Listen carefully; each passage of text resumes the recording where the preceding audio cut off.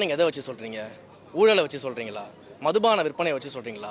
கஞ்சா பொருட்கள் விற்பனை வச்சு சொல்றீங்களா? பெண்களுக்கு எதிரான பாலியல் வன்கொடுமைகளை வச்சு சொல்றீங்களா? இல்ல மக்களை வாக்குறுதி கொடுத்து ஏமாத்துனதை வச்சு சொல்றீங்களா? எதை வச்சு அவங்க பலம் வாய்ந்தோன்னு நீங்க சொல்றீங்க? இதுதான் திமுகவுடைய பலமா? இவ்வளவு பலகீனமா இருக்க ஒரு கட்சி இன்றைக்கு தமிழ்நாட்டில் ஆட்சியில் இருக்கும்போது மக்களுக்காக நேர்மையா கரைபடியாத ஒரு கரமாக நாங்கள் வந்திருக்கும் போது எங்களுக்கு என்ன பயம் இருக்கு? கூட்டணி கட்சி இல்லாமல் திமுகவால் தமிழ்நாட்டை தேர்தல் அழிச்சு நின்று ஜெயிக்க முடியுமா?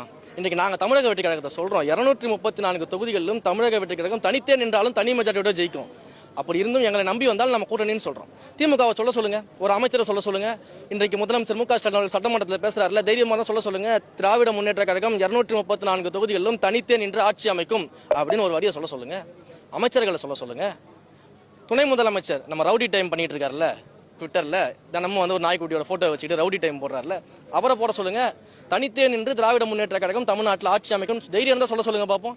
அப்ப இங்க யாரு பலமா இருக்கா, யாரு பலவீனமா இருக்கா? நாங்கள் மக்கள் துணையோட பலமா இருக்கோம். இந்த மக்களுடைய அன்பு துளியும் இல்லாத திமுக என்ற பலவீனம் அடைந்த கட்சியை 2026 அரசியலிருந்து அப்புறப்படுத்திடுவோம். சிபிஐ விசாரணை ஏன் எதிராக வரணும்?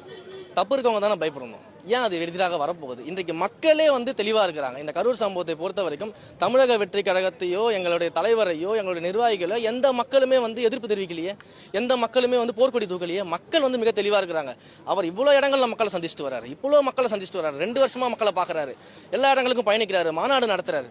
எந்த இடத்துலையுமே நடக்காதது கரூரில் ஏன் நடந்தது? ஏன் எந்த இடத்துலையுமே வீசப்படாத செருப்புகள் ஏன் கரூரில் மட்டும் அவர் மேலே வீசப்படுது?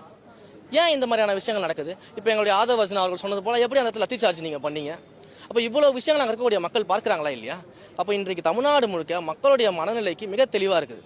எல்லாத்தை விட உயர்ந்தது மக்கள் மன்றம் தான், மக்களுடைய மனம் தான். அந்த மக்களுடைய மனம் இன்றைக்கு தாவேகா வந்து திட்டமிட்டு இது போல எதையும் செய்யலை அப்படின்றத மிக தெளிவாக இருக்கிறாங்க. அதே சமயத்தில் தாவேகாவிற்கு ஒரு சூழ்ச்சி நடந்திருக்கு அப்படின்றத மக்களே இன்றைக்கு வெளிப்படையாக சொல்லும்போது தீர்ப்பும் எங்களுக்கு சாதகமாக தான் வரும். நம்ம ஏற்கனவே வந்து எங்களுடைய நிர்வாகிகள் அறிவிச்சபடி பார்த்தீங்கன்னா இந்த SOP வந்து நமக்கு வரணும். அந்த ஸ்டாண்டர்ட் ஆப்ரேட்டிங் ப்ரொசீஜர் வந்ததுக்கு பிறகு தான் வந்து பார்த்தீங்கன்னா நம்ம என்ன பண்ண முடியும் அப்படின்னா அடுத்த கட்டமாக நம்ம மக்களை சந்திப்பு நிகழ்வுகள் நடத்துவதை பொறுத்து அவங்க அனுமதி கொடுக்கறது இது எல்லாமே அதை ஒட்டி தான் இருக்கிறது. அப்போ அரசாங்கம் வந்து அதை செய்து முடிக்கணும். விரைவாக செய்து முடித்தால்தான் நம்ம அந்த அனுமதி பெற்று அதற்கான பணிகளை செய்ய முடியும்.